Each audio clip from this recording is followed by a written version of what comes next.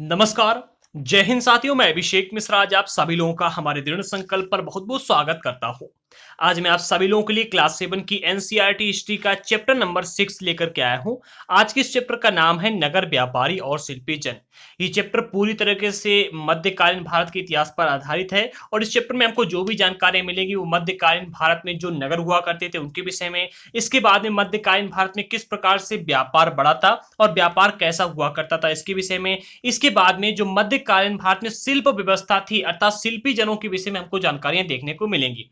तो अगर आपने अभी तक इससे पहले हमारे चैनल को सब्सक्राइब नहीं किया तो कर लीजिएगा और साथ ही साथ बेल आइकन को अवश्य प्रेस कर देना जिससे कि हमारे द्वारा डाले गए वीडियोस का नोटिफिकेशन आपको मिलता रहे और आप हमारे चैनल के माध्यम से अपनी तैयारी को कर सकें।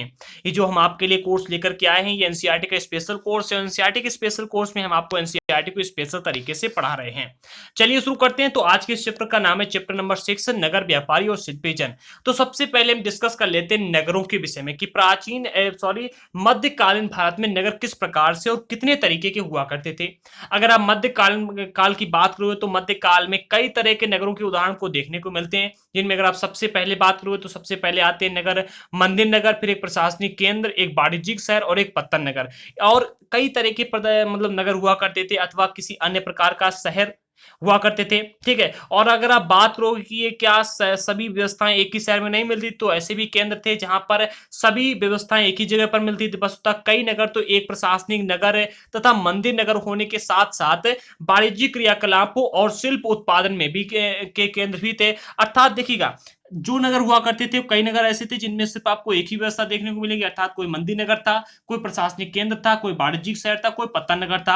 और कई सारे क्षेत्रों में आपको ऐसे भी नगर देखने को मिलेंगे जहां पर ये सारी क्रियाकलापें एक ही स्थान पर हुआ करती थी, अर्थात वाणिज्यिक शहर या फिर मंदिर नगर, प्रशासनिक केंद्र, पत्तन नगर, सभी नगर एक ही स्थान पर, सभी काम एक ही स्थान पर होते थे। ऐसे भी नगर हमको देखने को मिलते हैं। अगला पॉइंट मिलता है हमको मानचित्र का। यहाँ पर आपको एक मानचित्र दिया गया है और इसमें बताया गया है कि मध्य और दक्षिण भारत में व्यापार और शिल्पकारी उत्पादन के जो प्रमुख केंद्र थे उनके नाम। इनमें सबसे मुख्य मिलते हैं आपको तीन, सूरत, हम्पी और मसूलीपट्टनम। इन सभी के विषय में आज ही हम इस चैप्टर में डिस्कस करेंगे। मैं आपसे रिक्वेस्ट करता हूं कि अगर आपने भी अपने हाथ में कॉपी पेन को नहीं लिया है तो लेकर के बैठ जाइएगा। सभी इंपॉर्टेंट टॉपिक में लेकर के आए, उन सभी को नोट करते हुए चलिएगा, याद करते हुए चलिएगा। और मैं तो कहता हूं कि आप कॉपी में कम याद कीजिएगा, फेयर कॉपी में अधिक नोट कीजिए, क्योंकि फेयर कॉपी आपका माइंड है। अगर आपके माइंड में एक बार सेट होगी कोई चीज तो वो डिलीट नहीं होने वाली है। फेयर कॉपी को माइंड बनाइएगा और दिमाग में याद कीजिएगा, बाद में आप नोट कर लेना। पहले इस पूरे चैप्टर को एक बार समझ लीजिएगा, याद कर लीजिएगा। ठीक है। तो यहाँ पर आपको कुछ शहरों के नाम दिए जाए जिसमें आपको पुष्कर है, अजमेर है, वृंदावन है, अहमदाबाद है, सोमनाथ है, सूरत है, बंबई है, बरार है, बीदर है, बीजापुर है, गोलकुंडा है, मुर्शिदाबाद है, कलकत्ता। ये सारे जो शहर दिए जा रहे हैं, सारे शहर पहले जो मध्यकालीन भारत की आप बात करोगे जिसमें प्रमुख केंद्र थे, जिनमें व्यापार और शिल्पकारी उत्पादन के प्रमुख केंद्र बताए गए हैं। और इसके साथ ही साथ आपको आगे कई सारे क्षेत्र दिए हैं जिसमें आपको ये तंजावुर मिलता है। तंजावुर एक मंदिर नगर था, मदुरै है, उरैयूर है और इसके बाद में वृंदावन है। ये एक वृंदावन कैसा केंद्र था, वृंदावन पैसे पहले मतलब ये एक मंदिर नगर ही कह सकते हैं आप इसको भी। इसके बाद में आप आगे बढ़ेंगे तो यहाँ पर आपको कमालपुरम मिलता है, कांचीपुरम है, तिरुवंतमलाई है, ये भी तिरुवंतमलाई भी एक मंदिर नगर है। इसके बाद में अगर आप आगे बढ़ो महाबलीपुरम है, मद्रास है, तिरुपति भी एक मंदिर नगर कहा जाता। कई सारे यहाँ पर आपको दिए गए, आप लोग चाहे तो सभी को एक बार पढ़ लीजिएगा, समझ लीजिएगा, फेयर कॉपी में नोट कर लीजिएगा, अर्थात अपने माइंड में नोट कर लीजिएगा। ठीक है। आगे बढ़ते हैं। अगला पॉइंट मिलता है प्रशासनिक केंद्र। प्रशासनिक केंद्र कौन कौन से थे इसको भी समझिएगा। तो ऐसे ही नगरों में चोल राजाओं की राजधानी थी तंजावुर। जो तंजावुर थी एक मंदिर नगर थी। कौन सी थी? ये एक मंदिर नगर हुआ करता था और एक प्रशासनिक केंद्र भी था।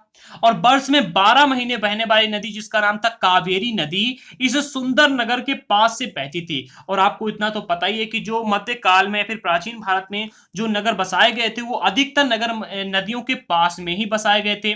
और इन नगरों में इन नगरों के जो वस्तुकार थे, जैसे कि तंजावुर है, तो इस तंजावुर नगर के जो वस्तुकार थे जिसका नाम था कुंजर मल्लन राज पेरू थच्चर, इसके विषय में हमको जानकारी मिलती हैं। इसने जो मंदिर बनवाया था, मंदिर की दीवार पर अपना नाम उत्कीर्ण कर दिया था बड़े ही गर्व से कि मैंने इस मंदिर को बनवाया है और ये मंदिर बहुत ही अच्छा है, विशाल है।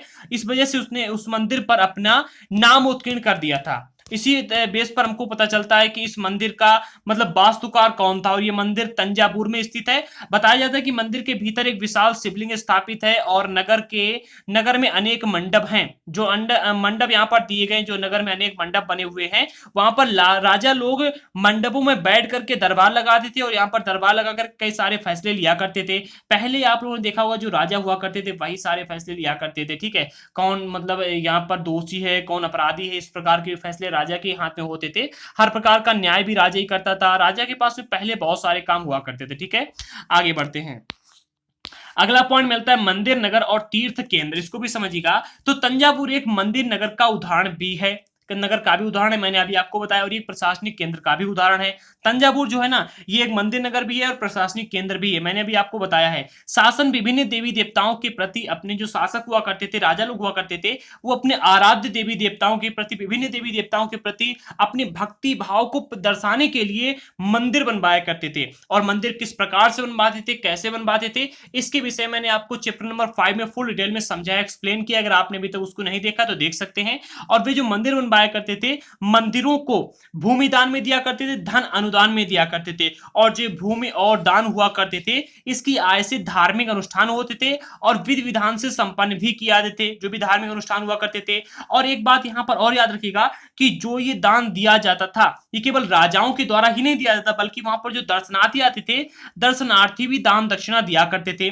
और तीर्थ यात्रियों और पुरोहितों, पंडितों, पुरोहित जो हुआ करते थे, पंडित हुआ करते थे, इनको इसी दान से भोजन कराया जाता था और पर्वोत्सव अर्थात जो भी पर्व आते थे उनको मनाया भी जाता था, ठीक है। आज भी आप लोग देखते हैं जो मंदिर है, मंदिरों पर दान दक्षिणा काफी मात्रा में होता है। लेकिन अगर आप यहाँ पर बात करोगे, जो तीर्थ यात्री आते थे उनको भोजन कराया जाता, आजकल काफी कम आपको ऐसे मंदिर देखने को मिलते हैं। जो विशाल बड़े मंदिर है वहां पर ही आपको ऐसा मिलता है, जो तीर्थ यात्री आते हो उनको भोजन कराया जाता हो, और साथ ही साथ वहां पर जो ब्राह्मण लोग रहते थे या फिर ब्राह्मण आते थे उनको भोजन कराया जाता। आज ये बहुत कम देखने को मिलता है, पहले ऐसा था। अगला पॉइंट मिलता है मंदिर के कर्ता धाता मंदिर के धन को व्यापार एवं साहूकारी में लगा देते। अर्थात जो मंदिर का मालिक हुआ करता था कि ये मंदिर मैंने बनवाया, मैं इस मंदिर का मालिक हूं, या फिर जिसको मलकियत सौंपी जाती थी, जो कर्ता धाता होता था मंदिर का, वो मंदिर में जो भी दान दक्षिणा आया करता था, पहले तो उससे पूरे मंदिर की क्रियाकलाप को चला जाता। अर्थात वहां पर जो भोजन कराया जाता, उसको जो भी धार्मिक अनुष्ठान होते थे उनको संपन्न कराया जाता। इसके बाद में जो एक्स्ट्रा रुपए बचते थे, उस एक्स्ट्रा रुपए को वो लोग क्या करते थे, अपने किसी व्यापार में या साहूकारी में लगा देते, जिससे कि धन से धन कमाया जा सके और फिर आगे बढ़ सके। और फिर धीरे धीरे क्या हुआ, बड़ी संख्या में पुरोहित, पुजारी, कामगार, शिल्पी, व्यापारी आदि लोग जो थे वो मंदिर तथा उसके दर्शनार्थी और तीर्थ यात्रियों की आवश्यकताओं को पूरा करने के लिए मंदिर के आसपास बसने लगे। आप ही बताइएगा, जैसे जैसे मंदिर की मतलब मंदिर प्रसिद्ध हुआ, वहां पर लोग अधिक मात्रा में आने लगे, तो जब अधिक मात्रा में लोग आने लगे तो उनकी आवश्यकता भी बढ़ी, क्योंकि जब मंदिर आएंगे तो उन मंदिर कोई भी व्यक्ति आएगा तो उसे पुजारी चाहिए होगा, शिल्पी चाहिए होगा जिससे कि वहां से कुछ खरीद सके, और कई सारे लोग चाहिए होंगे, जैसे कि फूल बनाने वाला पुजारी है, सॉरी फूल बनाने वाला जो माली होता है, या फिर जो मिठाई बनाने वाला व्यक्ति है, ऐसे लोगों की आवश्यकता वहां पर पड़ी। तो जो ऐसे लोग थे जिनमें पुरोहित, पुजारी, कामगार, शिल्पी, व्यापारी थे, ये सभी लोग वहां पर धीरे धीरे बसने लगे। और जब ये सभी लोग धीरे धीरे मंदिर के आसपास बसने लगे तो क्या हुआ, मंदिर के आसपास मंदिर नगर एक बस गया। इसी रीत से मंदिर के चारों ओर अनेक नगरों का आविर्भाव हुआ। और जैसे मध्य प्रदेश में भिल्ल स्वामिनी, जिसको भिलसा और विदिशा का मंदिर कहा जाता है, इस मंदिर, और गुजरात में सोमनाथ और कुछ अन्य महत्वपूर्ण मंदिर नगर तमिलनाडु है कांचीपुरम में, और तमिलनाडु के कांचीपुरम में, इसके बाद में मदुरई, और आंध्र प्रदेश में तिरुपति, ऐसे कई सारे मंदिर नगर बसे। और ये मंदिर नगर बसने के जो प्रमुख कारण थे वो ये थे कि मंदिर में जो तीर्थ यात्री आया करते थे, जो व्यापारी आया करते थे, उनकी आवश्यकताओं को पूरा करने के लिए वहां पर पुरोहित हैं, इसके अंदर पुजारी हैं, और माली हैं, शिल्पकार हैं, कामगार हैं, इन सभी को वहां पर रुकना पड़ा था। और धीरे धीरे वहां पर मंदिर नगर बस गए थे। अगला पॉइंट मिलता है अजमेर का। अजमेर राजस्थान में स्थित है और 12वीं शताब्दी में चौहान राजाओं की राजधानी हुआ करती थी। पृथ्वीराज चौहान यहीं के थे। और आगे चल करके मुगलों के शासन में वह सूबा मुख्यालय बन गया था। और सुप्रसिद्ध सूफी संत ख्वाजा मोइनुद्दीन चिश्ती यहाँ 12वीं शताब्दी में आकर के बस गए थे। कहां पर, अजमेर में आकर के 12वीं शताब्दी में सुप्रसिद्ध सूफी संत ख्वाजा मोइनुद्दीन आकर के बस गए थे, और यहीं से इन्होंने अपने धर्म का प्रचार प्रसार भी किया था। अगला पॉइंट मिलता है कांसा घंटा धातु और लुप्त मोम तकनीक, इसके विषय में भी समझिएगा। यहाँ पर आपको एक चित्र दिया जा रहा है, एक मूर्ति है, ये लुप्त मोम तकनीक के द्वारा बनाई गई है, समझिएगा। सबसे पहले ये समझिएगा कि कांसा किसे कहते हैं। तो कांसा एक मिश्रित धातु होती है जो कि तांबे और रांगे के मेल से बनाई जाती है। रांगे को टिन भी क्या कहा जाता है। और जो घंटा धातु, यहाँ पर दूसरी बात बताएगी घंटा धातु की। घंटा धातु जो होती है इसमें रांगे का अनुपात किसी भी अन्य किस्म की जो धातु होती है, किसी भी अन्य किस्म के जो कांसे होते हैं उनसे अधिक होता है। अर्थात जिस धातु में रांगे का मतलब अनुपात अधिक हो और कांसे का अनुपात कम हो उसे कहते हैं घंटा धातु। ये घंटा धातु जो होती है ये घंटे जैसी ध्वनि भी उत्पन्न करती है। और चोलकालीन कांस्य मूर्तियां, आपको तीसरा पॉइंट मिलता है लुप्त मोम तकनीक, ठीक है। तो लुप्त मोम तकनीक को भी समझिएगा। जो चोलकालीन कांस्य मूर्तियां हैं ये लुप्त मोम तकनीक के द्वारा बनाई जाती थी। और इस प्रवृत्ति में क्या होता था, सर्वप्रथम मोम की एक मूर्ति बनाई जाती है और मोम की मूर्ति बनाने के बाद में उसके ऊपर गीली मिट्टी से लेप लगाया जाता और गीली मिट्टी से लेप लगाने के बाद में उसे सुखाया जाता। जब पूरी तरीके से सूख जाती थी इसके बाद में उसको गर्म किया जाता और जब वो गर्म हो जाती थी तो गर्म होने से उसके अंदर का जो मोम होता था वो पिघल जाता। अब जब मोम पिघल जाता तो मोम के पिघलने के पश्चात उसके में नीचे जो मिट्टी के उसके ऊपर लेप लगाया जाता। तो उसके लेप के नीचे मतलब एक छोटा सा छेद कर जाता और छेद से पूरे सारा पिघला हुआ मोम बाहर निकाल लिया जाता। अब जब बाहर सारा पिघला हुआ मोम निकाल लिया जाता था तो पिघली हुई धातु उसी सांचे में, जो मिट्टी का सांचा हुआ करता था जिसके अंदर से सारी मोम निकल चुकी है, उसी सांचे में पिघली हुई धातु को भर दिया जाता। और जब वो सारी पिघली हुई धातु उसके अंदर भर जाती थी तो क्या होता था, फिर उसको सुखाया जाता, धीरे धीरे ठंडा किया जाता। ठंडा होकर के जब वो ठोस हो जाती थी और जो ये जो धातु के अंदर मतलब परत लगाई गई थी, जो अंदर धातु भरी गई थी, वो जब पूरी तरीके से ठोस हो जाती थी तो उसके ऊपर से सावधानी पूर्वक ये मिट्टी का आवरण हटा दिया जाता। और मिट्टी का आवरण हटाने के बाद में उसके अंदर जो प्रतिमा निकलती थी फिर उसको साफ करके धीरे से एक साफ करके उसको चमका लिया जाता और फिर उससे मूर्तियां बनती थी। ये आपको एक लुप्त मोम तकनीक के द्वारा बनाई गई मूर्ति दिखाई देती है, ठीक है। आगे बढ़ते हैं। अगला पॉइंट मिलता है छोटे नगरों का संजाल, ठीक है। देखिए हमने यहाँ पर दो चीजों को डिस्कस कर लिया है। सबसे पहली तो नगरों के विषय में कि नगर किस प्रकार के थे और किस प्रकार से बसे थे। इसके बाद में बात आती आपकी मूर्तियों की। तो मूर्तियों के विषय में मैंने आपको जो शिल्पकारी थी उसके विषय में मैंने आपको डिस्कस कर दिया। अब बात आती है छोटे नगरों का संजाल, छोटे नगर किस प्रकार से बसे थे। तो 8वीं शताब्दी से इस उपमहाद्वीप के अनेक छोटे छोटे नगरों का संजाल बिछने लगा था। भारतीय उपमहाद्वीप में 8वीं शताब्दी में क्या हुआ था, लोग विकास की ओर आगे बढ़े थे और धीरे धीरे अपने अपने नगर बसाने लगे थे। और संभवतः उनका प्रादुर्भाव बड़े बड़े गांव से हुआ था, अर्थात बड़े बड़े गांव से लोग आते थे और छोटे छोटे नगरों को बसाने लगे थे। उनमें आमतौर पर एक मंडपिका का अर्थ आज के समय में अगर आप देखो तो मंडी होता है। आज जिसे मंडी कहते हैं, जहां पर किसान लोग जाते हैं और अपनी फसल को बेचा करते हैं। फूल की मंडी अलग होती है, आलू की मंडी अलग होती है, गेहूं चावल की मंडी अलग होती है, गल्ले मंडी की मंडी अलग होती है। तो जिसको आज मंडी कहते हैं उसको पहले मंडपिका कहा जाता। और मंडी में आकर के आसपास के जो लोग होते थे वो मंडी में आते थे और यहाँ पर आकर के गांव के किसान लोग अपनी उपज को बेचा करते थे, ठीक है। अगला पॉइंट मिलता है कि उनमें ऐसी गलियां भी होती थी, जो मंडी होती थी, मंडियों में कुछ गलियां होती थी जहां पर लोग अपनी दुकानों और बाजारों को लगाते थे। उन्हें हट कहा जाता था। क्या हट कहा जाता। और ये हट थे, इनको बाद में हाट कहा जाने लगा था। क्या हाट बाद में हट को ही कहा जाने लगा था। आज आप अगर देखेंगे तो जो मंडी होती है, मंडी बिल्कुल वैसी होती है, लेकिन मंडियों कुछ इस प्रकार से मंडी होती है और मंडी में आपको गलियां दिखाई देंगी। जो गलियां होती हैं, गलियों में लोग अपनी दुकान रखकर बैठते हैं और जो दुकान रख करके बैठते हैं, जो गलियां होती हैं, इनको हट कहा जाता है, ठीक है। आगे बढ़ते हैं। आमतौर पर कोई सामंत यानी परवर्ती काल का जमींदार, जो मतलब पुराने समय का जमींदार होता है, वह इन नगरों के आसपास जो मंदिर, जो ये नगर हुआ करते, जहां पर हट हुआ करते थे या फिर जहां पर ये पूरी मतलब मंडी हुआ करती थी, मंडियों के आसपास, इन नगरों के आसपास किलाबंदी करके महल बना लेते। और महल बनाने के बाद में ऐसे सामंत व्यापारियों, शिल्पकारों और वहां पर जो व्यापार करने वाले लोग आते थे उनसे व्यापार की वस्तुओं पर कर लगाते थे और कर लगाने के बाद में उनसे कर लिया भी करते थे। और कभी कभी इन करों का जो संग्रह का कार्य हुआ करता था, इन करों का संग्रह का अधिकार जो होता था वो उन स्थानीय मंदिरों को प्रदान कर देते थे जिनका निर्माण या तो उन्होंने स्वयं करवाया हो या फिर किसी अमीर व्यक्ति के द्वारा करवाया गया हो। ऐसे मंदिरों को भी कर संग्रह का अधिकार प्रदान कर दिया जाता। अगला पॉइंट मिलता है कि ऐसे अधिकारों का उल्लेख हमको अभिलेखों से प्राप्त हुआ है। जो अभिलेख हमको मिले हैं पुराने समय के, उनमें दिया गया है कि ऐसे काम हुआ करते थे।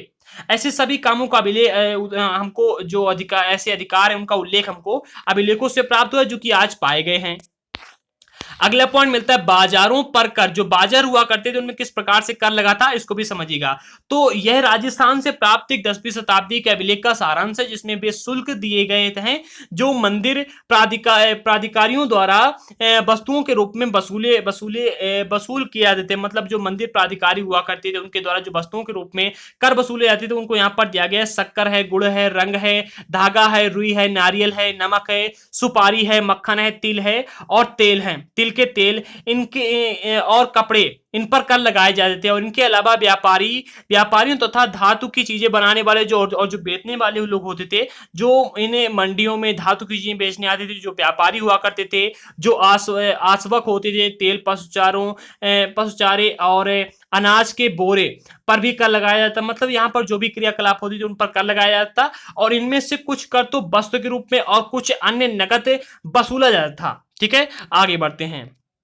एक बात याद रखना कि पुराने समय की बात जब जब आएगी तो आप लोग यहां पर ये एक बात लिख सकते हैं कि पुराने समय में वस्तुओं के रूप में कर अधिक वसूला जाता, पैसे के रूप में कम वसूला जाता। ठीक है, आगे बढ़ते हैं।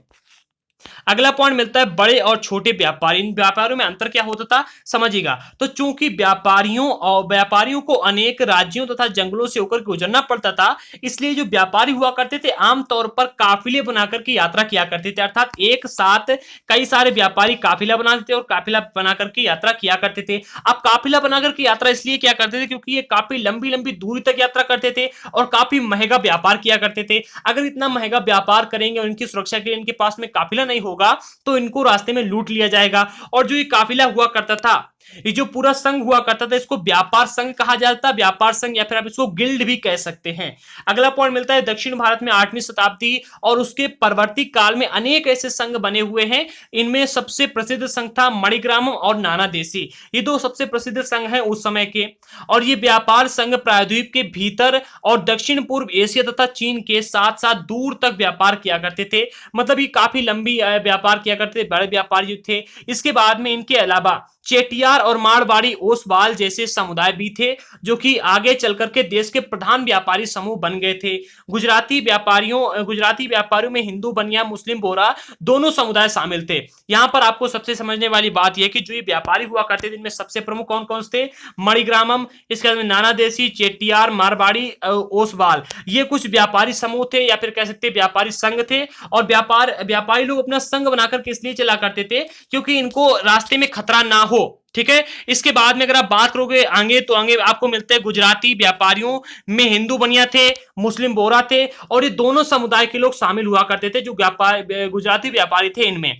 और वे दूर दूर तक, यहां तक कि लाल सागर तक के बंदरगाहों व फारस की खाड़ी वहां तक जाकर के और पूर्व अफ्रीका, दक्षिण पूर्व एशिया तथा चीन से भी व्यापार किया करते थे। और वे इन पतनों में कपड़े और मसाले बेचा करते थे और बदले में अफ्रीका से सोना और हाथी दांत लाते थे। दक्षिण पूर्व एशिया और चीन से मसाले, टिन, मिट्टी के नीले बर्तन और चांदी लाया करते थे। जैसा कि मैंने अभी आपको बताया कि पुराने समय में पैसों से व्यापार बहुत ही कम होता था, नाम मात्र। पहले क्या होता था, वस्तुओं से व्यापार बहुत होता था, चांदी के सिक्कों से व्यापार बहुत होता था, चांदी से व्यापार बहुत होता था, मिट्टी के बर्तनों से व्यापार होता था, टिन से होता था, मसालों से होता था, हाथी के दांतों से व्यापार होता था। और ऐसे उदाहरण आपको यहां पर देखने को भी मिल गया है। अगला पॉइंट मिलता है कि पश्चिम तट के नगरों में अरबी, फारसी, चीनी, यहूदी और सीरियाई ईसाई बस गए थे। कहां पर, पश्चिम तट के नगरों में कौन कौन, अरबी, फारसी, चीनी, यहूदी और सीरियाई ईसाई जो थे ये लोग यहां पर आकर के बस गए थे।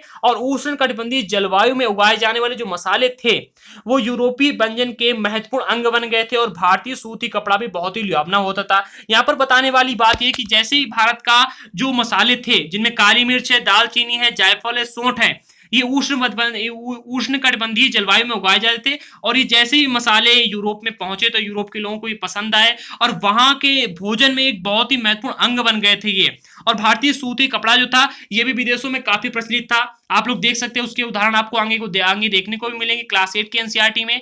या आप यहां तक पढ़ेंगे कि जो ये कपड़ा था, भारतीय कपड़ा था जो ये, इसने विदेश में इतनी पकड़ बना ली थी कि विदेश की सारी कंपनियां ध्वस्त हो गई थी। इसके बाद में विदेश ने एक नई नीति अपनाई थी, मशीनों के द्वारा कपड़े बनाए गए थे और वे सस्ते कपड़े थे। इसके बाद में भारतीय व्यापार को हरा पाए थे। आगे बढ़ते हैं। ये चीजें ही यूरोपीय व्यापारियों को भारत तक खींच लाई थी। जैसे इन्होंने देखा कि भारत में इतना अच्छा मसाला मिलता है, इतने अच्छे कपड़े हैं, तो क्यों ना हम भारत में जाकर के व्यापार करें। ये उनके अंदर सोच विकसित हुई और फिर वो भारत खींचे चले आए। और समय के साथ साथ व्यापार और नगरों का भी रूप प्रकार बदलता गया। धीरे धीरे भारत में जो नगर थे और जो व्यापार था, इनका रूप और प्रकार बदल गया था। आगे मिलता है काबुल से व्यापार। काबुल से एक व्यापार का उदाहरण यहाँ पर दिया गया, किताब में दिया गया था, इंपॉर्टेंट है, समझिएगा। दिया जा रहा है कि काबुल अपने पहाड़ी और विषमभू दृश्यों के साथ में 16वीं सदी से राजनीतिक और वाणिज्यिक दृष्टि से महत्वपूर्ण बन गया था। और काबुल तथा कांदार सुप्रसिद्ध रेशम मार्ग से जुड़े हुए थे। साथ ही साथ घोड़ों का व्यापार भी प्रमुख रूप से इसी मार्ग से होता था। 17वीं सदी में हीरो का एक सौदागर जिसका नाम था बेप्टिस्टे टैवर्नियर, इसने अनुमान लगाया था कि काबुल में घोड़ों का व्यापार प्रतिवर्ष 30,000 रुपए का हुआ करता था। कितने? 30,000 रुपए का। इंपॉर्टेंट यही टॉपिक सबसे ज्यादा है। क्या हुआ था? काबुल में घोड़ों का जो व्यापार प्रतिवर्ष हुआ करता था वो 30,000 रुपए का हुआ करता था। इसका अनुमान लगाया था एक व्यापारी ने जिसका नाम था सौदागर बेप्टिस्टे टैवर्नियर, याद रखना। और इस 17वीं शताब्दी का व्यापारी था जो कि एक हीरो का सौदागर था। और जो कि उस समय अगर हम बात करें उस समय की, तो 30,000 रुपए उसमें बहुत बड़ी रकम मानी जाती थी। आज के 30,000 करोड़ उस समय के 30,000 रुपए बराबर हैं। काबुल ने मेवे, खजूर, गलीचे, रेशम कपड़े तथा ताजे फल ऊंट पर लाद करके लाए जाते थे काबुल से। और इसके बाद में उसे और उपमहाद्वीप तथा अन्य भागों में बेचे जाते थे। काबुल में पहले काफी व्यापार हुआ करता था। यहाँ पर मुख्यतः जो व्यापार होता था वो घोड़ों का होता था। और इसके बाद में मेवा है, खजूर है, गलीचे हैं। गलीचे अर्थात बिछाने वाले रेशम के कपड़े हैं, ताजे फल हैं, ये सारी चीजों का व्यापार होता था। इन सारी चीजों को ऊंटों पर लाद करके लाया जाता था। ऊंटों पर लाद करके लाए जाने के बाद में उपमहाद्वीप और मतलब भारतीय उपमहाद्वीप में और अन्य भागों में जाकर के बेचे जाते थे। और इसके अलावा गुलाम भी वहां से बिक्री के लिए लाए जाते थे। वहां पर गुलाम भी मिलते थे, गुलामों का भी व्यापार होता था। ठीक है, आगे बढ़ते हैं। अगला पॉइंट मिलता है नगरों से शिल्प। नगरों से शिल्प, इसको भी समझिएगा, इंपॉर्टेंट है। तो इसमें हमको सबसे पहला उदाहरण मिलता है बीदरी शिल्प का। बीदरी कर्नाटक का एक अद्वितीय शिल्प कहलाता था पहले, मतलब एक अद्वितीय शिल्प है बीदरी शिल्प। ठीक है, और बीदर के शिल्पकार तांबे तथा चांदी में जड़ाई के काम में इतने अधिक प्रसिद्ध हो गए थे कि इन शिल्प का नाम ही बीदरी पड़ गया था। मतलब इन लोगों, इस जो शिल्प था, इस शिल्प का नाम ही पूरा बीदरी पड़ गया था। और अतः बीदर शिल्प का जो नाम है, जो बीदरी शिल्प है, इसका नाम उसके उत्पादन के स्थान के नाम पर पड़ा है। मतलब आप लोग देख सकते हैं कि पहले जो बीदरी शिल्प था ये इतना प्रसिद्ध हो गया था कि इसका नाम इसके स्थान के नाम पर पड़ गया था। और पांचाल अर्थात विश्वकर्मा समुदाय, जिसमें सुनार, कसेरे, लोहार, राजमिस्त्री और बढ़ई शामिल थे, मंदिरों के निर्माण के लिए आवश्यक थे। और इसके अलावा वे राजमहलों, बड़े बड़े भवनों, तालाबों और जलाशयों के निर्माण में भी अपनी महत्वपूर्ण भूमिका अदा करते थे। इसी प्रकार सालियार और कैकोलर जैसे बुनकर भी समृद्धशाली थे। कौन? सालियार और कैकोलर जैसे बुनकर, ये भी समृद्धशाली थे। और आगे बताया जा रहा है समृद्धशाली समुदाय बन गए थे और वे मंदिरों को भारी दान दिया करते थे। एक बात यहां पर गांठ बांध लीजिएगा, नोट कर लीजिएगा कि जो पहले अमीर व्यक्ति हो जाते, जो व्यापारी थे, जो राजा लोग थे, जिनके पास में पैसा होता था, वो मंदिरों को भारी दान दिया ही करते थे। और यहाँ पर सबसे ज्यादा जो मतलब प्रसिद्ध शिल्प हुआ था वो था बीदरी शिल्प। इसके विषय में अक्सर पूछ देता है यूपीएससी एग्जाम में कि बीदरी शिल्प का नाम किसके नाम पर पड़ा। तो बीदरी शिल्प का नाम उसके उत्पादन के स्थान के नाम पर पड़ा था, क्योंकि यहाँ का जो शिल्प था ये पूरे हर जगह पर मतलब इतना अधिक प्रसिद्ध हो गया था कि इसका नाम ही बीदरी पड़ गया था। ठीक है, आगे बढ़ते हैं। अगला पॉइंट मिलता है हम्पी, मसूलीपट्टनम और सूरत नजदीक से एक नजर। ठीक है, ये इंपॉर्टेंट है। इसके विषय मैंने अभी आपको स्टार्टिंग में बताया था कि नगरों के विषय में आपको जानकारी मिलेगी। और ये नगर जो थे ये पहले वाणिज्यिक केंद्र भी थे और मतलब एक प्रशासनिक केंद्र भी थे। ठीक है, इनके विषय में समझिएगा। तो हम्पी नगर कृष्णा और तुंगभद्रा नदी की घाटी में स्थित है। कहां पर है? कृष्णा और तुंगभद्रा नदी के घाटी में स्थित है हम्पी नगर। ठीक है, और यह नगर 1336 में स्थापित विजयनगर साम्राज्य का केंद्र स्थल था। कौन से? विजयनगर साम्राज्य का केंद्र स्थल था। और हम्पी के शानदार खंडेरों से पता चलता है कि उस शहर की जो किलेबंदी थी वो उच्च कोटि की थी। मैंने यहाँ पर एक चित्र भी रखा है, इसका भी मैं आपको दिखाऊंगा। और किले की दीवारों के निर्माण में कहीं भी गारे चूने जैसे मतलब किसी भी जोड़ने वाले मसाले का उपयोग नहीं दिखाया गया है। और शिलाखंड को आपस में गूंथ करके मतलब गूंथा गया है, मतलब आप लोग देख सकते हैं एक दूसरे में फंसा करके रखा गया है। जिस प्रकार से आप लोग, मैं मेरे पास यहाँ पर कुछ है नहीं वरना मैं आपको दिखाता किस प्रकार से है। जो ईंटें हुआ करती थी उनको आपस में, शिलाखंड हुआ करती थी उनको आपस में गूंथ करके लगाया गया था, और मतलब बहुत ही अच्छे तरीके से उच्च कोटि की पहले किलेबंदी हुआ करती थी। और इस किलेबंदी में गारे चूने का किसी प्रकार से और कंक्रीट का किसी प्रकार से उपयोग नहीं किया जाता, केवल जो शिलाखंड होते थे उनको एक दूसरे में फांस फांस करके गूंथ करके रखा गया था। और हम्पी जो कि वर्तमान कर्नाटक में पाया जाता है, ये यूनेस्को की विश्व विरासत स्थलों की सूची में सम्मिलित है। यहां पर आपको इसका चित्र भी दिया जा रहा है, आप लोग देख सकते हैं कि किस प्रकार से इस दीवार को बनाया गया और किस प्रकार से एक दूसरे में फंसा फंसा करके गूंथ करके इन शिलाखंडों को रखा गया है। ठीक है, आगे बढ़ते तो 15वीं 16वीं शताब्दी के अपने समृद्ध काल में हम्पी कई वाणिज्यिक और सांस्कृतिक गतिविधियों से गुजायमान रहता था। किनसे? कभी शादी की जो हम्पी का ये केंद्र था, जो हम्पी था, ये 15वीं और 16वीं शताब्दी के अपने समृद्ध काल में, मतलब इस समय ये काफी समृद्ध हो गया था और हम्पी कई वाणिज्यिक सांस्कृतिक गतिविधियों से गुजायमान रहता था। और इन दिनों हम्पी के बाजारों में मूरा मूरा अर्थात मुस्लिम सौदागर, जिसके लिए सामुदायिक रूप से प्रयुक्त नाम था, मुस्लिम सौदागर जो थे उनके लिए समुदाय मतलब एक सामुदायिक रूप से नाम प्रयुक्त किया गया था मूरा, जो मुस्लिम सौदागर लोग होते थे उनके लिए। तो कौन कौन से इन दिनों जो हम्पी थे 16वीं शताब्दी की 15वीं 16वीं शताब्दी की बात की जा रही है। 15वीं और 16वीं शताब्दी में हम्पी के जो बाजार थे इनमें मूरा चेटियारों और पुर्तगालियों और यूरोपीय व्यापारियों के एजेंटों का जमघट लगा रहता था। इन सारे एजेंट यहां पर आया करते थे, उनका जमघट लगा रहता था। और हम्पी की वास्तुकला विशिष्ट प्रकार की थी, मतलब वास्तुकला तो आप लोग आज भी देख सकते हैं। आपको एक इमारत दिखाई जा रही है अंदर साइड, इस दीवार के टूटे के अंदर से। ठीक है, तो हम्पी की वास्तुकला विशेष प्रकार की थी। वहां के शाही भवनों में भव्य मेहराब और गुंबद थे, और वहां स्तंभों वाली कई विशाल कक्ष भी थे, जिनमें मूर्तियों को रखने के लिए आरे बने हुए थे। आरे आप लोग देख सकते हैं, ठीक है, आरे जो लोग गांव से, उन लोगों को आरे के विषय में जानकारी होंगी। दीवार के ऊपर मतलब एक छोटा सा खांचा बना दिया जाता और इसमें रखे जाते चित्र रखे जाते या फिर मूर्तियां रखी जाती। तो इनमें क्या था कि आरे भी बने हुए थे, और वहां पर सुनियोजित तरीके से बाग बगीचे भी थे, जिनमें कामगार और टोडो की आकृति, एक मिनट, जिसमें कमल और टोडों की आकृति वाले मूर्ति कला के नमूने भी थे, ये बताया जा रहा है। इसके बाद में एक किले बंद नगर के विषय में यहां पर बताया गया है, इसको भी समझिएगा। ठीक है, एक पुर्तगाली यात्री जिसका नाम था डोमिंगो पेज, इसने 16वीं शताब्दी में हम्पी नगर का वर्णन इस प्रकार से किया है कि गोवा से आने वाले लोग जिस प्रवेश द्वार से गुजरते थे, उस प्रवेश द्वार के भीतर राजा ने एक अत्यंत सुदृढ़ प्राचीरबद्ध एक नगर बसा रखा था, जो कि दीवार और बुर्जों से सुरक्षित है। और ये दीवारें अन्य नगरों की दीवारों जैसी नहीं हैं, बल्कि बहुत मजबूत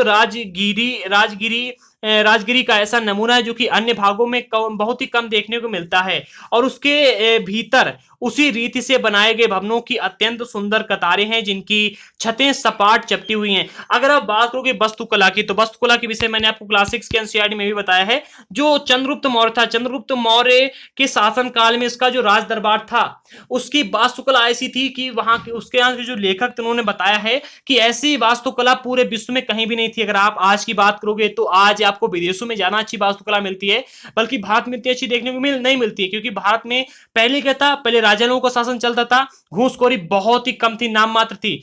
आज अगर कोई ऐसी स्थल बनाया जाता है ना, सरकारी बनाया जाता है अगर आजकल कोई, तो उसमें आधे से ज्यादा पैसा तो घूसखोरी में चला जाता है। ये बात एकदम सत्य है। ठीक है, आगे बढ़ते हैं। अगला पॉइंट मिलता है कि विजयनगर साम्राज्य के तुलुप वंश के राजा कृष्णदेव राय ने विठल मंदिर के निर्माण विजयनगर साम्राज्य की राजधानी हम्पी में करवाया था, और इस मंदिर में स्थित 56 तक्षीय स्तंभ से संगीत में स्वर निकलते हैं। यहां पर आपको ये चित्र दिखाया जा रहा है, ये हम्पी के विठल मंदिर का पत्थर का बना एक रथ दिखाया गया है। और हम्पी का जो विठल मंदिर था, यहाँ पर जो स्तंभ हुआ करते थे, स्तंभ ये पूरे 56 तक्षित स्तंभ थे, और यहां से संगीत में स्वर निकलते थे। आप लोग देख सकते हैं कि उस समय की टेक्नोलॉजी कैसी होगी।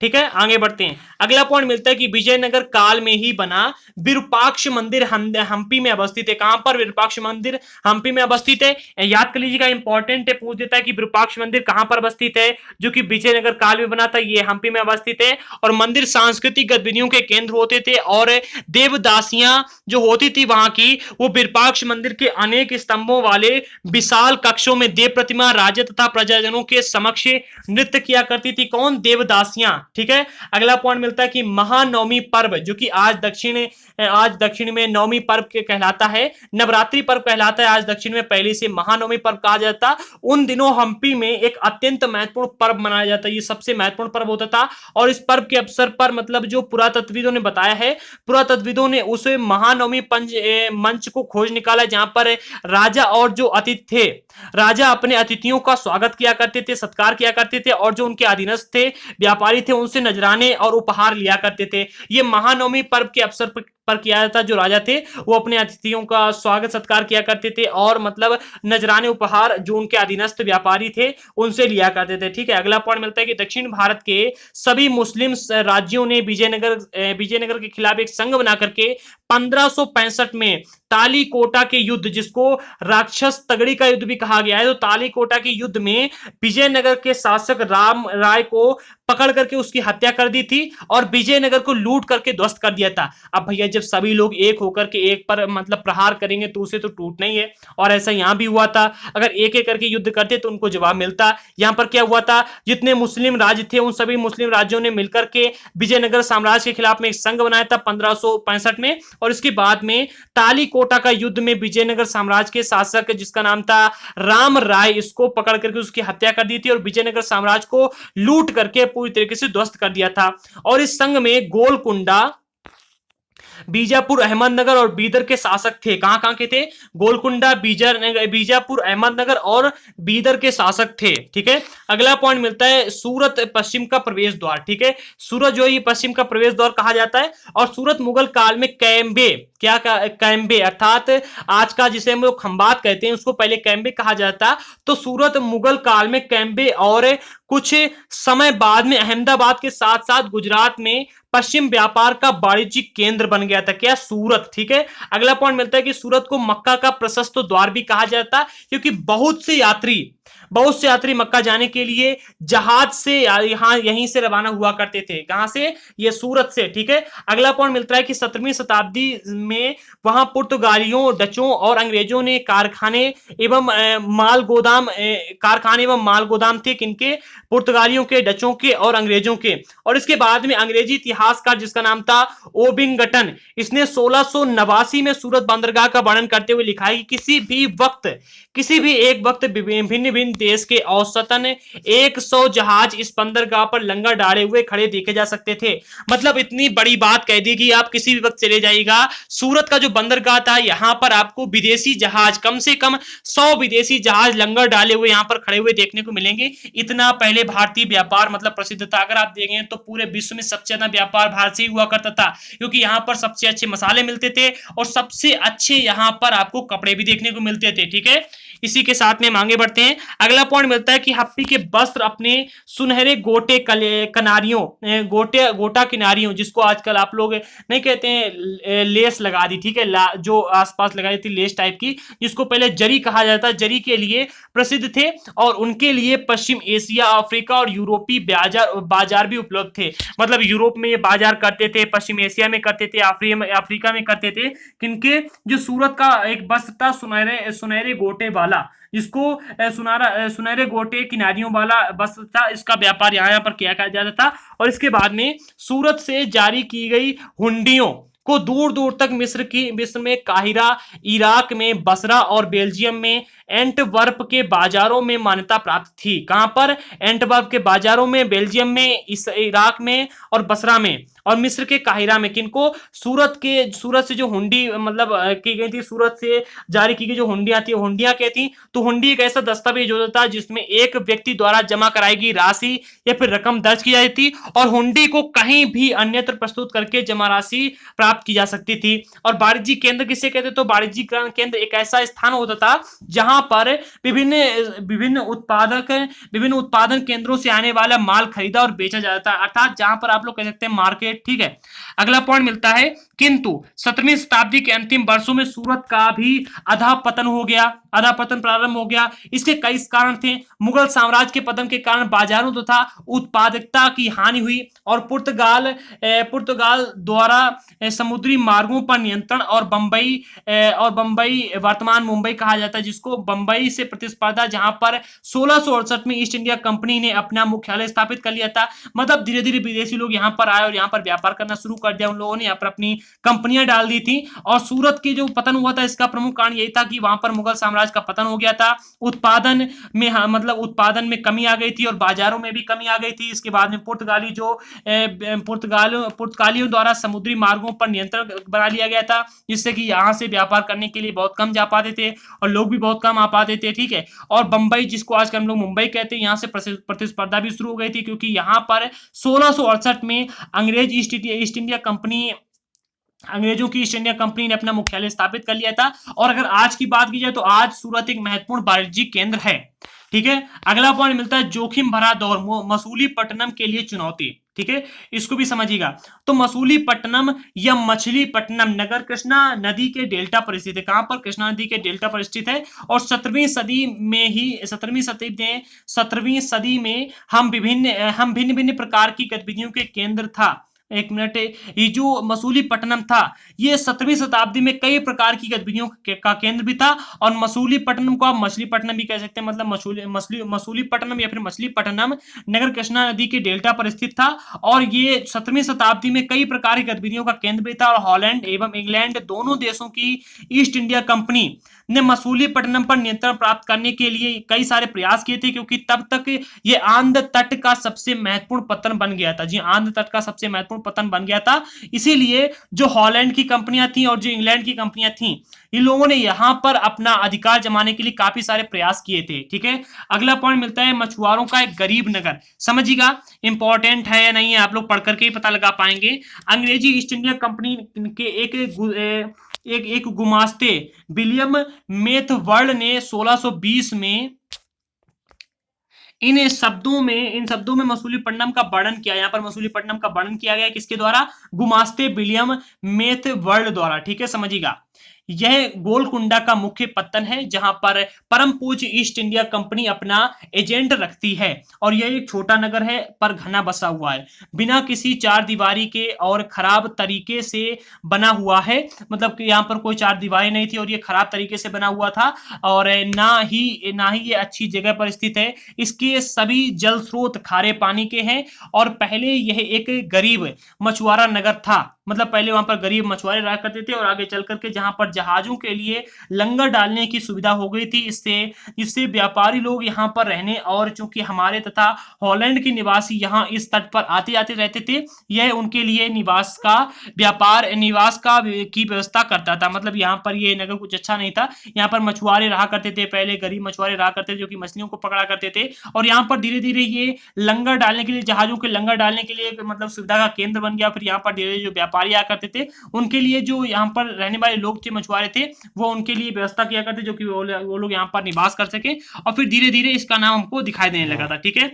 अगला पॉइंट मिलता है मसूलीपट्टनम का किला हॉलैंड वासियों ने बनवाया था। किन्होंने? हॉलैंड वासियों ने मसूलीपट्टनम का किला बनवाया था। और गोलकुंडा के कुतुबशाही शासकों ने कपड़ों, मसालों और अन्य चीजों की बिक्री पर शाही एकाधिकार लगा दिया था कि अगर यहाँ पर जो तो मतलब कपड़ा बिकेगा या मसाला बिकेगा या फिर अन्य प्रकार की चीजें बिकेंगी, तो इस पर हमारा एकाधिकार है, जिससे कि वहां पर व्यापार जो था वो पूरी तरीके से ईस्ट इंडिया कंपनी के हाथों में ना चला जाए।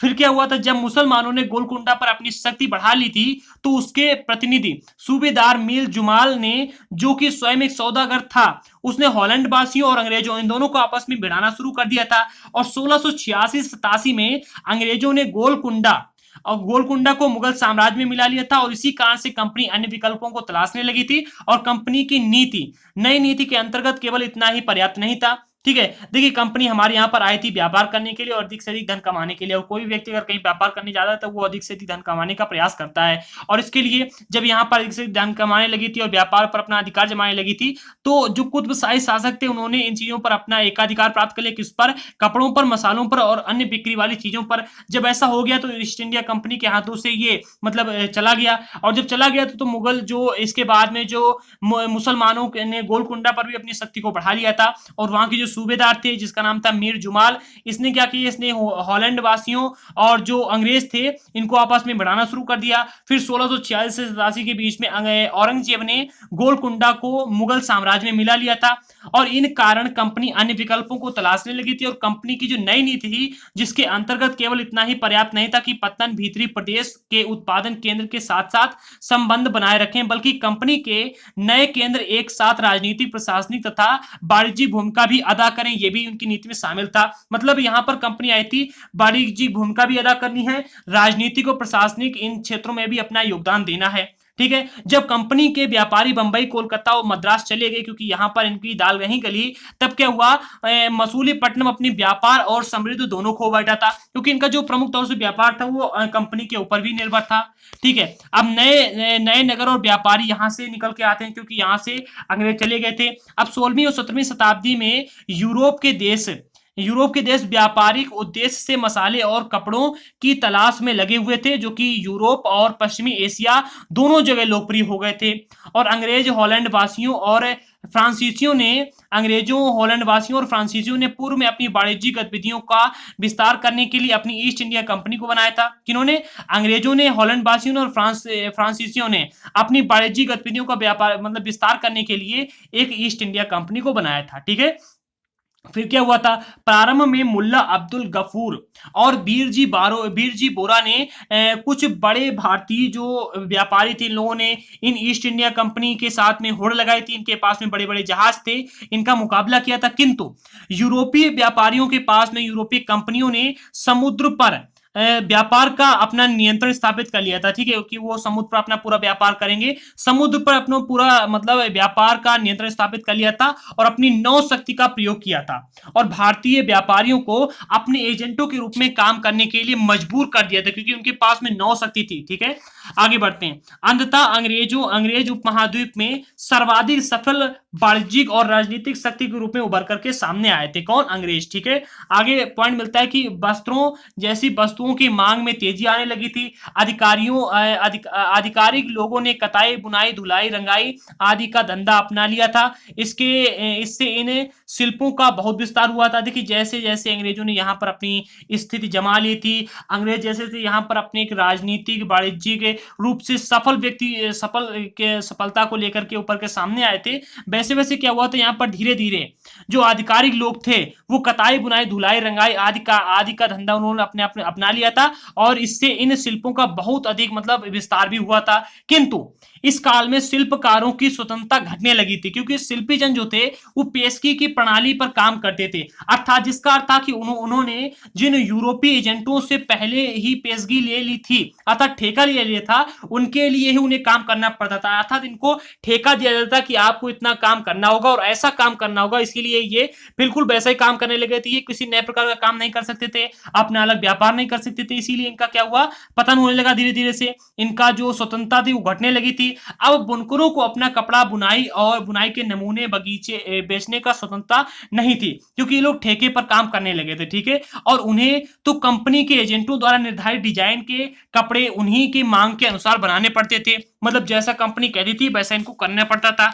अगला पॉइंट मिलता है कि 18वीं शताब्दी में बंबई, कलकत्ता और मद्रास नगरों का उदय हुआ था तथा साथ ही शिल्प और वाणिज्य में बड़े बड़े परिवर्तन आए थे जो कि बुनकर जैसे कारीगर तथा सौदागर यूरोपीय कंपनियों द्वारा स्थापित ब्लैक टाउन्स में स्थानांतरित हो गए थे। ठीक है, क्या हुआ था, 18वीं शताब्दी जैसे से आई थी तो 18वीं शताब्दी में बंबई, कलकत्ता और मद्रास ऐसे नगरों का उदय हुआ था और साथ ही साथ यहाँ पर क्या हुआ था कि शिल्प और वाणिज्य के क्षेत्र में काफी बड़े परिवर्तन आए थे। जब बुनकर जैसे कारीगर